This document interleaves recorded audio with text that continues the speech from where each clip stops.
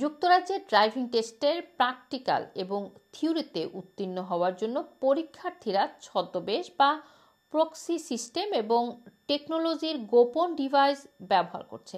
2023-24 financial ইয়ারে যুক্তরাজ্যে 2000-এর বেশি ড্রাইভিং লাইসেন্স পরীক্ষার ফ্রডের ঘটনা ঘটেছে।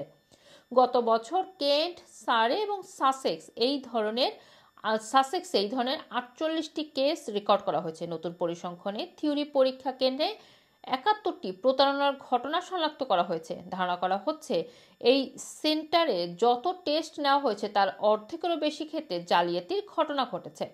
Driving and vehicle standard agency DVSA জানিয়েছে, জালিয়াতি হওয়ার আগে শনাক্ত করা এবং প্রতিরোধ করা শীর্ষ অগ্রাধিকারগুলোর একটি। 2024 সালের পরিসংখ্যানে দেখা গেছে কেন্টের থিওরি পরীক্ষার 24টি, সাসেক্সে 28টি এবং সারেতে 19টি প্রতারণার ঘটনা ঘটেছে।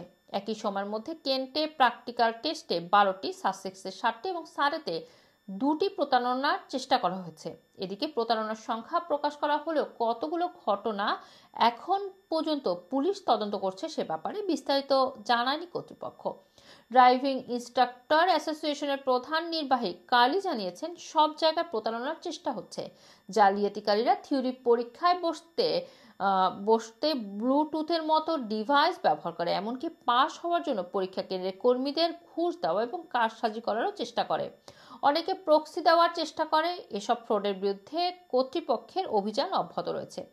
মটরিং সংস্থা এর নতুন তথ্য অনুসারে যুক্তরাজ্যে বেশ কয়েকটি এলাকায় ড্রাইভিং টেস্ট বুক করার জন্য এখন ন্যূনতম 6 মাস অপেক্ষা করতে হয়। ওয়েটিং টাইম বর্তমানে রেকর্ড উচ্চতায় পৌঁছেছে।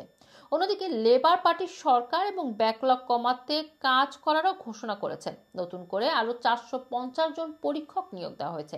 জানা গেছে ড্রাইভিং টেস্টে জালিয়াতির শাস্তির মধ্যে রয়েছে জেল, অবৈতনিক কাজ করা এবং গাড়ি চালানো থেকে নিষিদ্ধ করা। রুমানা রাখি, রানা টিভি, লন্ডন।